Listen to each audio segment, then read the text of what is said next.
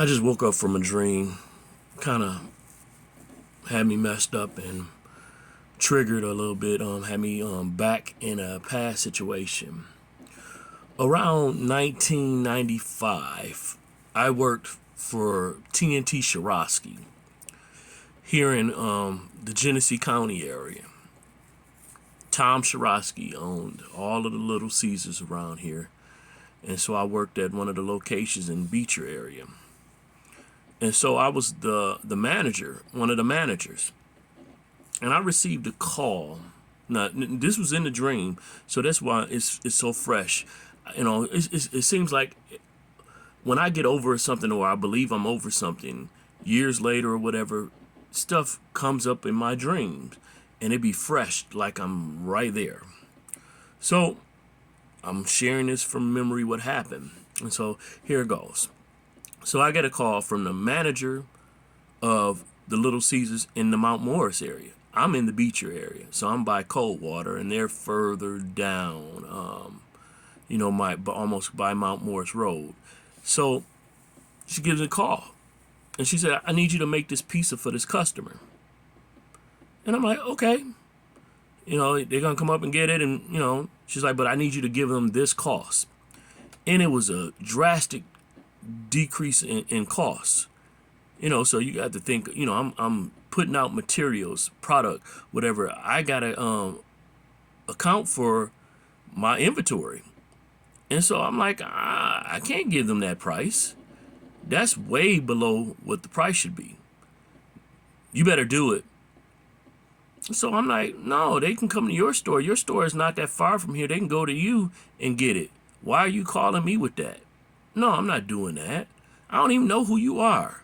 I don't even know if you actually are the manager down there. I'm not doing that. So shortly after, Greg Shirosky, one of the sons of the owner, came down to my store, to the store I was managing. It's his store. It ain't mine. It's, because I was managing. This little guy, see, I'm 6'4", was still 6'4" then, but I weighed a lot less. He got so far into my chest, his head was about right here, and he just spittle coming out. He just going off on me.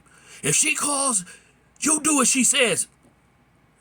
Just going off, and I'm restraining myself because I wanted to beat the brakes off of him, but I'm like, I'm melanin, and he's palm skin. Legally, I'm going to be the one in trouble. And, I'm a manager doing well at the time, or I thought I was doing well, and I'm like, so I sit there and took that berating and basically afterwards, when he left there, I passed out. I was not unconscious, but my body and my limbs just failed on me. And I was laid out on the ground because it took everything in me to not swing on him. My mom had to come pick me up. She had to come get me.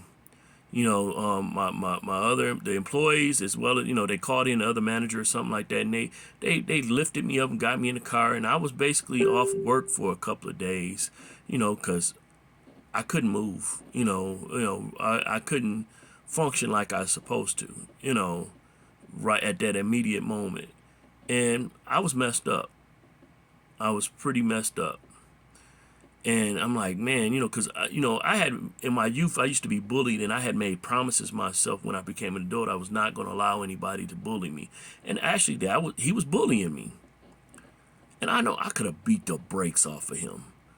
But it took everything in me not to do anything. This was in my dream last night. So, but this is what happened for real back then. I hadn't been thinking about nothing like that. Basically I've been making pieces and stuff like that. So I'm thinking about the good times recently, but I didn't think about that moment. But, again, I did just leave a job that I worked for 23 years, and it was a hell on wheels too. I'm always, having to defend myself. When I was bullied as a kid, most of the time, people who were my friends, family allowed me to be bullied. And so I learned to defend myself. And now it's very hard for me to turn off the defensiveness. I don't like when people talk to me certain ways because it does remind me of how people think, that they can disregard who I am. And a lot of times when people in my face, my stature stops them. But now online, people talk to me anyway or whatever, and I'm like, they would never talk to me like that in my face. Even employers or stuff like that, they do stuff on the sly. One of my jobs, the last job I was at, basically, one of the things that they said, one of the managers said to me, but he said it off the record. He's like, that they have such a problem with you because you're not submissive enough. And I'm like, what does that mean? I've never had any reprimand for not doing my job. So what do they mean? And that's because I ask questions and because I don't allow anyone to just talk to me and do me anyway. See, I left the last employer. I was owed paid personal days. I put in for those days before I quit. I put in my 2 weeks notice and stuff using vacation days, and people have done this before, so that their last days are vacation and paid personal days. But these folks refuse to pay me. I've contacted by email. I've called these people. They don't answer any of the stuff, but I guess what should I expect? During COVID, they used to try to bully me to cut off my beard. But I'm like, I got a shaving profile and an exemption for my beliefs on file. They tried to, pressure me to get vaccinated. I put in a document for that. Even when I tried to take off the Sabbath, which is in their contract that they're supposed to honor it, and it's in their handbook, they were penalizing me as far as with points. But since they never terminated me, when I went to the labor board as well as to the EEOC, they said, well, until you get a true penalty, such as days off or, something like that. But they were harassing me for a long time. So I got tired of it. Even, since I became union rep because I always, they were bullying me, stuff like that. And I'm bullying other folks, and I end up stepping in to defend other folks. Rarely ever had anybody defend me, even my union, because, they knew about the stuff with the Sabbath, all this other stuff. I filed grievances, and they did nothing. They know I've tried to contact them about my pay. They don't even answer. A guy named Roman Gummel, when he used to be human resources for the security on the management side at a time, and he threatened my job before. But then now, he's one of the union heads. I never understood why the union would hire him. But he doesn't answer my emails.